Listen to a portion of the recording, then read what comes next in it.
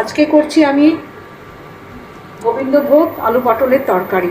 পাইপের তাওয়া বসিয়ে দিয়েছি, সাদা তেল দিয়ে দিলাম, এর মধ্যে জিরে ফোড়ন দিলাম, তেজপাতা দিয়ে দিলাম, হলুদ দিয়ে দিলাম, একটু আলুগুলো দিয়ে দিচ্ছি।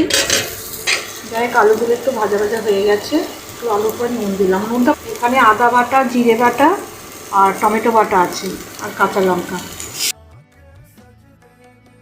হলুদ দিলাম, কাশ্মীরি মশলা দিয়ে দিলাম, পটলটা দিয়ে দিলাম। কষানো হয়ে গেছে। যে গোবিন্দভোগ একটু হালকা করে কড়াইতে নেড়ে ভাপিয়ে নিয়েছিলাম, কিন্তু একটু চাল চাল রয়েছে, আর একদম পুরো সেদ্ধ করলে হবে না, কারণ এর সাথে ভাজা ভাজা করতে হবে। একটু অল্প করে জল দিচ্ছি।